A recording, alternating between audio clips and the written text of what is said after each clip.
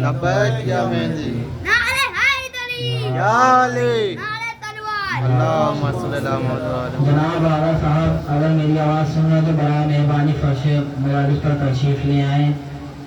جناب آغا جانی صاحب اگر میری آواز سن رہے ہیں تو برائے مہربانی فرش مجالس پر تشریف لے آئیں. ایک بلندر صلوات. اللہم صلی اللہ نعرہ حیدری یا علی رہتا ہے جو زمانے میں حیدر سے دور دور رہتا ہے جو زمانے میں حیدر سے دور دور ہوگا بروز حشر پیمبر سے دور ہوگا بروز حشر پیمبر سے دور دور تم خشک سنگ ریزوں سے کیا فیض پاؤگے تم خشک سنگ ریزوں سے کیا فیض پاؤگے قطروں پہ مر رہے ہو سمندر سے دور دور قطروں پہ مر رہے ہو سمندر سے دور دور. ایک شعر تبرک کو بطور خاص سماعت فرمائیے گا کہ جتنے بھی سورما تھے نبی کی سپاہ میں کہ جتنے بھی سورما تھے نبی کی سپاہ میں پھرتے رہے علم لیے خیبر سے دور کیا کہنا ہے سبحان اللہ سبحان اللہ پھرتے رہے علم لیے خیبر سے دور دور کہ گھر میں سجا لیا ہے اضافہ نئے حسین کہ گھر میں سجا لیا ہے اضافہ نئے حسین.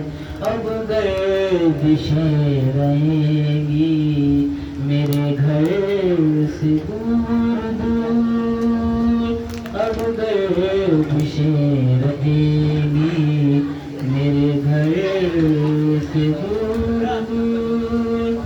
پانی پلا سکے نہ جو نام حسین کہ پانی پلا سکے نہ جو نام حسین پر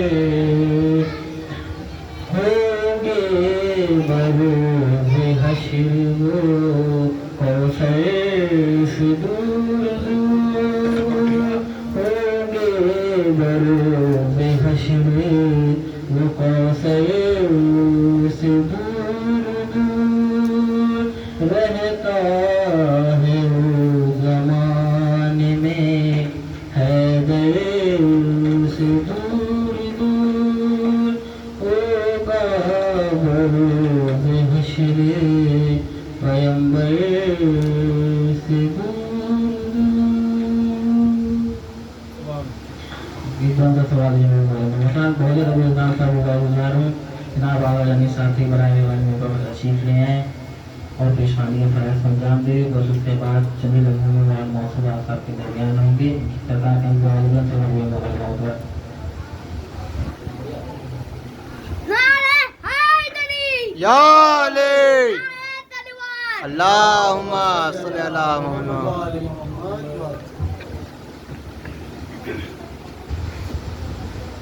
چشمے عالم نے جو بہتا ہوا دریا دیکھا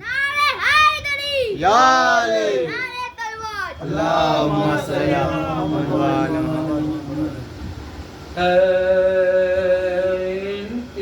انتظار ماں کو تیرا انتظار ہے